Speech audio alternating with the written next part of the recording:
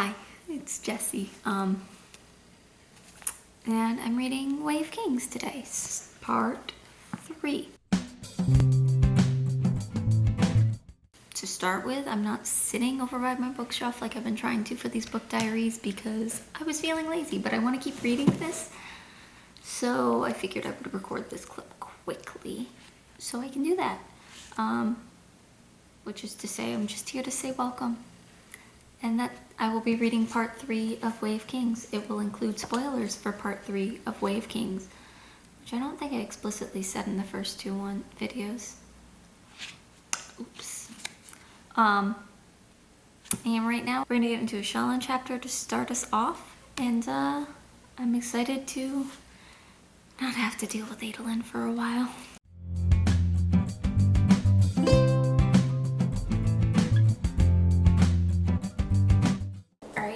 Part 3 of Way of Kings. I am several pages into it. Not quite 100 pages into it. Maybe 100 pages into it. Yeah, not quite. I'm like 60 pages into it, so it's not as far as I thought, so this much of part 3. And it's been like 5 chapters, so there are 2 Shallan chapters and 2 Kaladin current day and 1 Kaladin flashback. So let's start with Shallan. I really like the dynamic between Shallan and Jasnah. Not sure I love that it's being used to explore the religion of this world. Religions in fantasy are so fascinating to me. But they're so, it's one of those things where it becomes like, what is it, the Planet of Hats or whatever trope, where it's just like, why does everybody in the same culture either worship the same religion or they're atheist? And that's what we have. We have like, every single one of the Alethi believe in the Almighty, except Jasnah.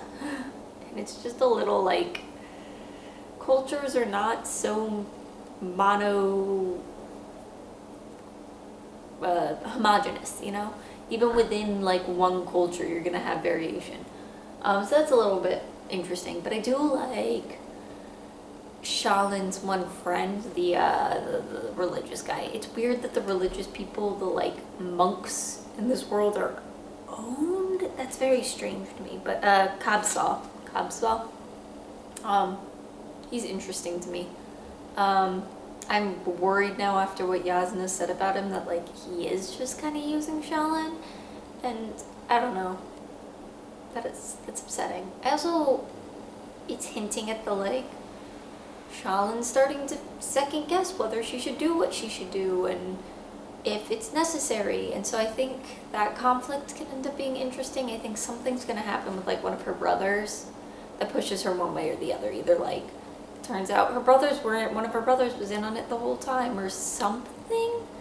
And so she no longer feels so loyal to them. Or something happens on the other side where like one of her brothers gets sick or gets killed, and she's like, maybe by this like warlord guy, gang, organized crime dude. Maybe that's what'll happen, and she'll be like, all right, nope, need to double my efforts, one or the other.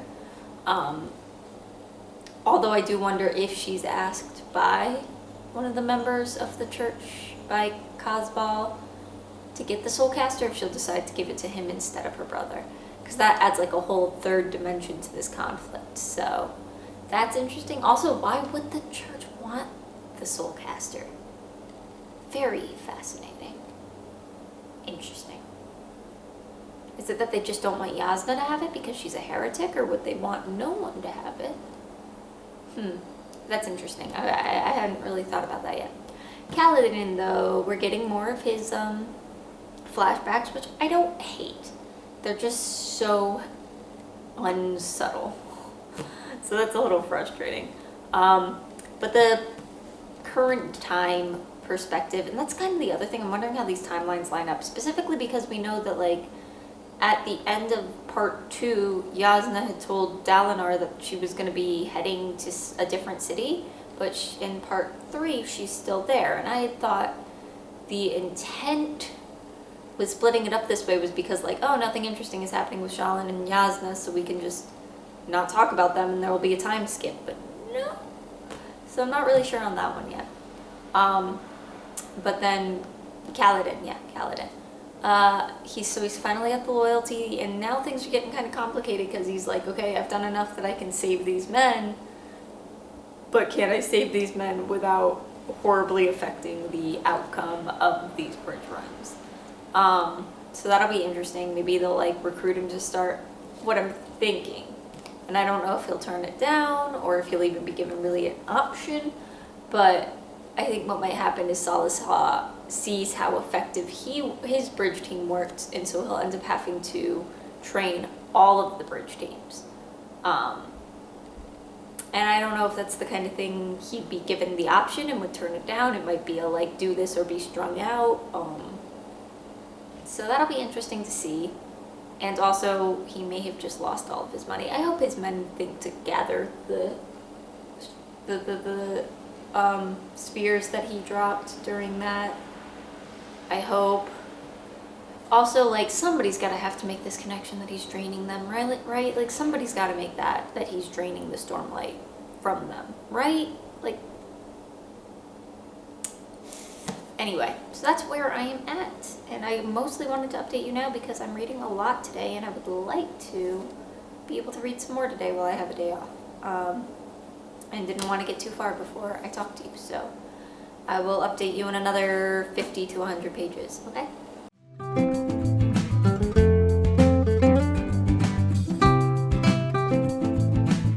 Okay, next Way of Kings update. A little bit further, I'm on page 687, so like another 50-ish pages, maybe.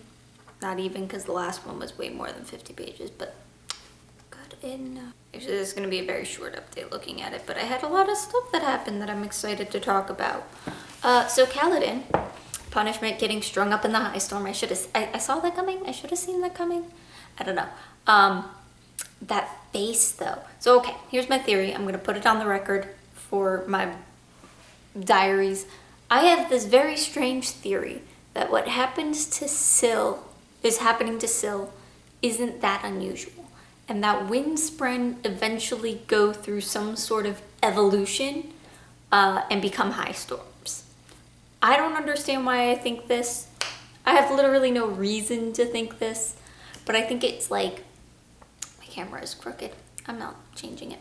But that's my idea, is that they travel to whatever that place is called out in the ocean, the origin or whatever. Let me look at the maps if the map will tell me. Yeah, the origin. That like maybe they reach a certain point and they're like drawn to the origin where they like evolve into a high storm. I don't know why I think this. I don't think I have any real reason to think this. Maybe if like a Windspren is exposed to enough like Stormlight or something. I don't know. But that's what I think. And I think the face that Kaladin saw, and this is the stupidest, most far-fetched theory, but I think the face that Kaladin saw in the high storm was like a high storm spread. And as I'm saying it out loud, it sounds even stupider. So who knows? Who knows? The much more likely event is that Josh is right and that it was the like Stormfather or something, because that would make more sense. But anyway, and then of course there's the really interesting thing that Cal survived and clearly did it by draining the Stormlight out of this shard. And so it'll be the gem. It'll be interesting to see that confrontation, which I think is probably the next chapter. Oh, it is the next chapter. That confrontation between Cal and what's his name, where he brings it up to him, and see how that goes. The other thing we got from Cal was some more flashback stuff where he like, he made the decision to be a soldier, but now he's an adult now, so he's going to be a surgeon. There's nothing there that was surprising to me. I think it's pretty clear that something happens that kills Tien, and that's what he when he decides to be a soldier instead of a surgeon. Would be my guess. His flashbacks are cute, but kind of uninteresting. Anyway, and then Shallan and Yasna. Yasna's freaking awesome. I love a character that just like makes decisions and sticks to them. Not to transfer to Wheel of Time real quick, but it's the difference between Egwene and Rand to me. Egwene recognizes something needs to be done and she does it. And she'll recognize that like, man, it sucks that this had to be done, but she'll move on and get on with it. Whereas Rand is like, oh, boo, woe is me, I had to do a bad thing. And I love that. So Yasna's clearly that kind of character. She's like, here's the thing to do. Maybe it's not the best thing to do, but it's the thing to do and I'm gonna do it, and I love it. I kind of want to get some of her perspective, but I'm also really loving her, seeing her from Shallan's perspective. Yeah, so Yasna's just really cool. Her thing with these bandits was cool. It was the right thing to do. Also, like, the whole discussion afterwards was just beautiful. Anyway, that's really all I have about that. Shallan's still kind of weird. I also totally think Yasna's onto Shallan. Maybe not 100%, but I'm pretty confident that she knows that Yasna was going, or that Shallan was going to steal the Soulcaster, and probably knows now that she has. So I'm interested to see that play out, because that feels very intentional, the timing of it. It feels like Yasna did that intentionally, like, here's this lesson on morality. Sometimes you have to do the wrong thing for the right reasons, hint, hint. Also, you know, putting her in a position where she sees Yasna as less good than she was before seems intentional. I don't know. I'm excited to learn more about her.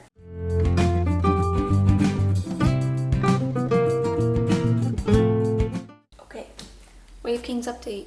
Really quick one because my battery's almost dead. Another like 50-ish pages. I'm actually pretty close now to on the 50-page mark, so it'll keep things easier to organize. Thoughts so far.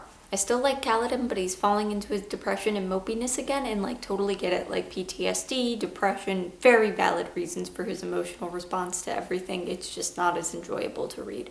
Scylla's adorable and sweet, and I love her a lot. And Shallan, Yasna, not a lot to change. I still kind of feel the same way, but I did about Shallan and Yasna. Shallan and her ardent friend, what's his name? Absolutely adore Kabsal. Absolutely adorable and awkward, and I love them. I still don't entirely trust him. I trust him more than I did before, but I still... I trust him more than I did before, but I still don't entirely trust him. And I think something is going to happen to him.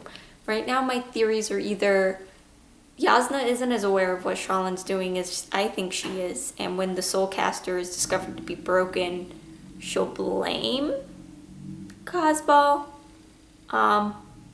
He gets real upset about Shallan rejecting his advances at one point and goes down a dark path, which I hope he doesn't. Or he dies. I think he's gonna die. But I think something's gotta happen to him, and I'm curious what. Right now I really like him. I think he's adorable, and this book needed something a little lighthearted, like awkward flirting, to really kind of lighten the load a little bit, because it's dark and hard to get through sometimes. But that's all I'll say for now, so that I can charge my camera. But see, I'll update you in another 50-ish pages.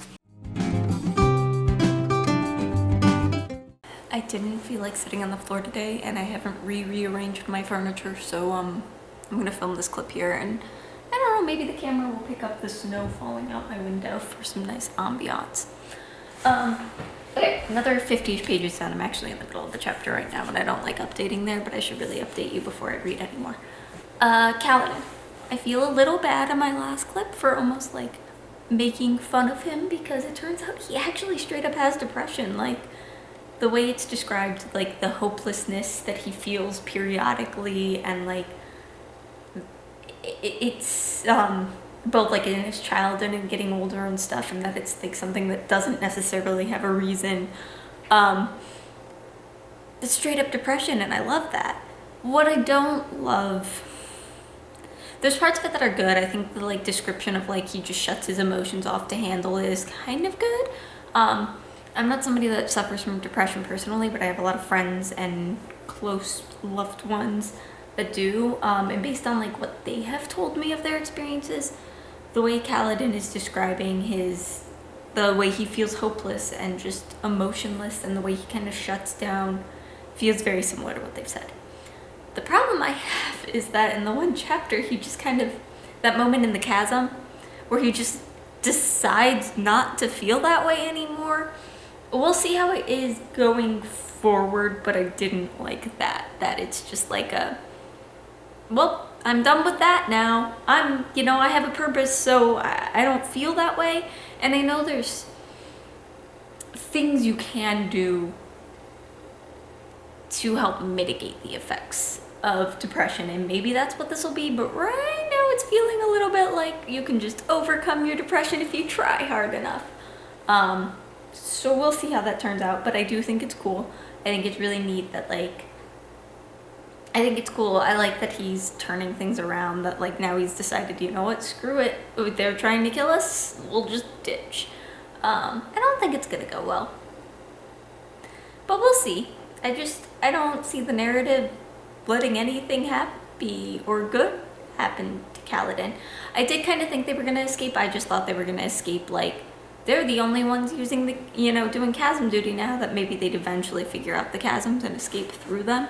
That's kind of what I was thinking they would do. So his plan to train them, very cool. I'm on board with that. On the other hand, Shallan, oh, my darling Shallan. I don't trust her. I want to make that very clear. I don't trust Shallan. There's something the narrative isn't telling us. Yeah, I don't for a second trust her, but I love her. Her and her little thing with the little like monk, whatever, the Ardent, super cute. I'm here for the angsty, never gonna happen. I'm for that. I think it's great. I love the little flirtiness. I like everything there, sort of. I mean, and I even like her coming to the realization that she doesn't even like him. She like enjoys the way he makes her feel, and she likes talking to him but isn't into him that way. Like, relatable girl. Anyway, the real reason, oh god, Shallan. Does Shallan have a shard blade, guys? Josh doesn't think so. Josh thinks I'm crazy for thinking this, but all right. There's that like whole scene. She like goes back to her room. There's the creepy things she's sketching. I'm thinking these are some sort of, I don't know what they are. They're creepy. That seems freaking me out. Anyways, and there's that like scene where she's trying to decide like how to get him, and she's like, oh, the Fabrial that I have, that's like the one weapon I have. And then she's like, wait a minute. And where is it? No. Storm, she thought, frantic. I can't use that. I promised myself. She began the process anyway. 10 heartbeats to bring forth the fruit of her sin, the proceeds of her most horrific act. She has a shard blade, right? Like she killed somebody and won a shard blade? It's gotta be what that is. It's gotta be. But of course we don't get to see it. I think I'm so intrigued. Anyway, and now I'm in another Kaladin chapter, and he was like riding the storm. I don't know what's going on with that. But I'm intrigued and I'm interested, and like this part has really gotten me hooked a lot more, which is good. But I also only have like 5 more chapters left in this. On that note, I have a long train ride I'm going to be taking today on the metro. So I probably might not update you before I finish this section, just because train. So if I read a bunch today and you don't hear about it till I finish, sorry.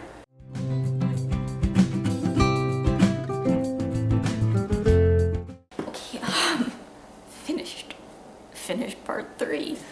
Haven't finished the interludes yet. I'll talk about those with you guys tomorrow. But I don't even know what to say.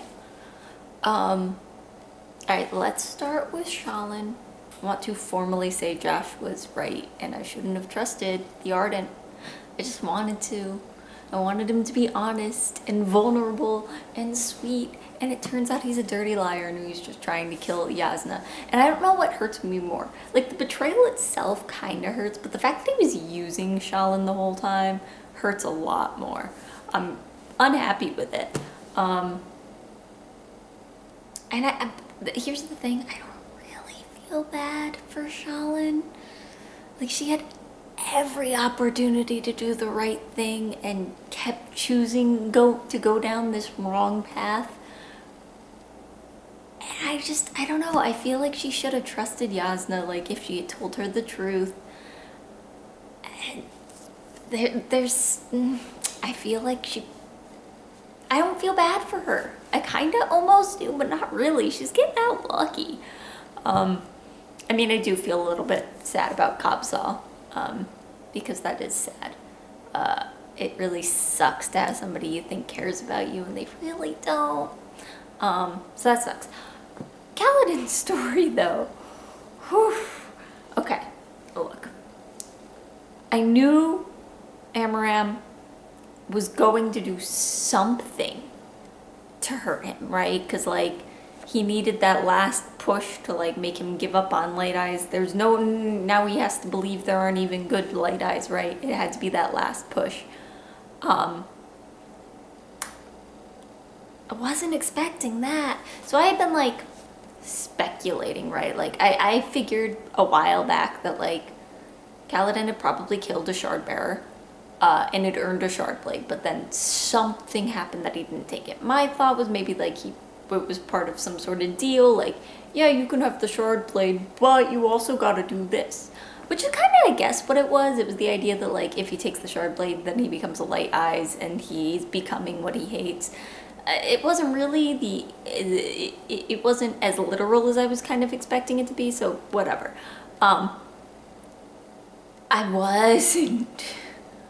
I did not see, I mean, like, I knew they weren't gonna let dark eyes ever have shards. Like, that's a myth. They're never gonna let that happen because, like, that totally wrecks, when you have a culture that's so built on this very strict hierarchy that is based on the social hierarchy, you can't let something just risk that. Like, the like myth that a dark eyes can become light eyes is fine, but that becoming true isn't. So I knew there was like no way things were gonna work out, but I figured the guy would, I don't know what I was thinking, but I did not see Amaram being that cold. And the fact that he thinks maybe he did the right thing by killing Kaladin's men, like he seems genuinely to think that him having the shard blade was the right choice. And that's absolutely wild to me. So there's that. So yeah, I'm a little shocked right now.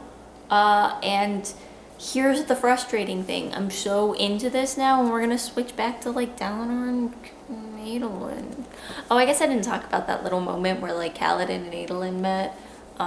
I feel like Kaladin is a little too zealot in his hatred of light eyes. I think it's just so hard to like make it a one-to-one like real world racism. But like just universally hating anybody with a certain trait is generally not great. And now don't get me wrong, Adolin could have been better, nicer, more polite. But I feel like the Kaladin not sending that message is gonna come back to bite Adolin or somebody in the butt. But also, like, I don't know that I entirely blame Kaladin for being like, I'm just gonna take his money, screw him. It's reparations. I'm entirely mad about it, but also like, I don't know. It's just a little too, it's too much. It makes me wary. That kind of unwavering hatred for something is just generally not good. Oh, the other thing is, I really like when there's layers to my fantasy racism. That was sarcasm. But the fact that like the Parshman thing really bugs me. It's really upsetting to me. Because even the people that are like Kaladin still are racist against the Parshmen, and I understand that it's kind of a realistic depiction of the kind of xenophobia that happens in a war. It's that otherization, but then the narrative itself making them actually a literally different species, and a species that specifically is like programmed to serve, it's making me very uneasy, and I'm not sure what direction that's going to go in that might make it less objectionable to me, but I'm hoping it does something, because right now the Parshman ideas, it makes me uncomfy. I don't like it. Anyway, oh, other theory, just to have it on record, I think maybe, possibly, Yasna can soulcast on her own, and that her thing, Fabrial, was fake the whole time. This is a very long shot theory, and it's probably not right. Not nearly as confident as I am about Shallan having a shard blade, but a possibility. Anyway, I will read the interludes and update you tomorrow and wrap this video up.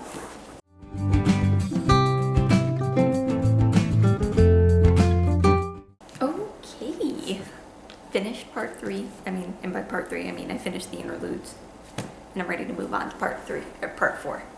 I can't count. I swear I know how to count. I teach math. Okay, the interludes. First one. Maybe I should look up names. I don't remember the name. The weird thing about the robbing. Baxel. What? That's my reaction to the interlude 7. What? It just, all the other interludes, I could see where they were connected to what was happening, because it was either like showing the effects of the war, or showing the common perception of this element, or even more directly connected things like Shalin's brother, right? This was the first one that I was like, excuse me, what does this have to do with anything? And it's not like it just was different in the sense that like I didn't see where it was connected. It had like a totally different tone to it and everything. Like it just didn't feel like it fit. So I don't really know what's going on with that. The second one, and by second I mean the 8th interlude,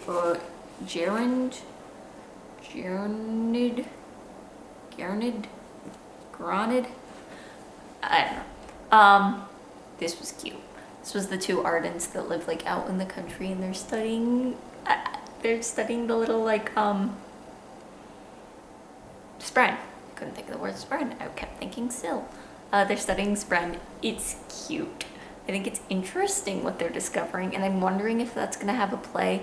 I still have all these theories about Spren and how they might connect to storms, and they seem a little ridiculous and out there, but I don't care, because like all this Spren research has to come back for something, right? But I just thought it was cute. I think they're sweet. And then the final one, of course, is Seth. Seth just makes me sad. That's all I really have to say. Like, he just makes me so sad. I do wonder if the men that have his oath stone now, so the men controlling him, are the same ones that were conspiring with Shalin's dad. I'm wondering if they're connected. Because, I mean, like, there can't be that many people trying to destabilize the Empire, right? There's only going to be one of those groups, right? In any case, it just makes me so sad to read his parts. Poor guy. The fight scenes are really cool, though, and, like, a part of it feels kind of like the Seth interludes are just so Sanderson can kind of flex his combat writing skills, because like there hasn't been a lot, but they're really cool. They're hard for me to imagine. Like, he's good at describing what's happening, but it's hard for me to imagine what's happening in those scenes, if that makes sense. But I think they look really, really, really cool in an anime. Sorry, I just kind of zoned out for a second there, but yeah, so we're gonna be moving on to part 4. Josh has already started part 4, and he said, quote, Adolin's a little less is a little less insufferable. So progress, I guess. Alright, and if you're interested in hearing more of my thoughts on the Stormlight Archive, make sure you hit subscribe so you can see when a new video is coming out and can keep up with my book diary thoughts. And feel free to comment down below your thoughts. If my theories are totally wild, don't spoil anything, please, in the comments. But yeah, and I will see you next time. Bye.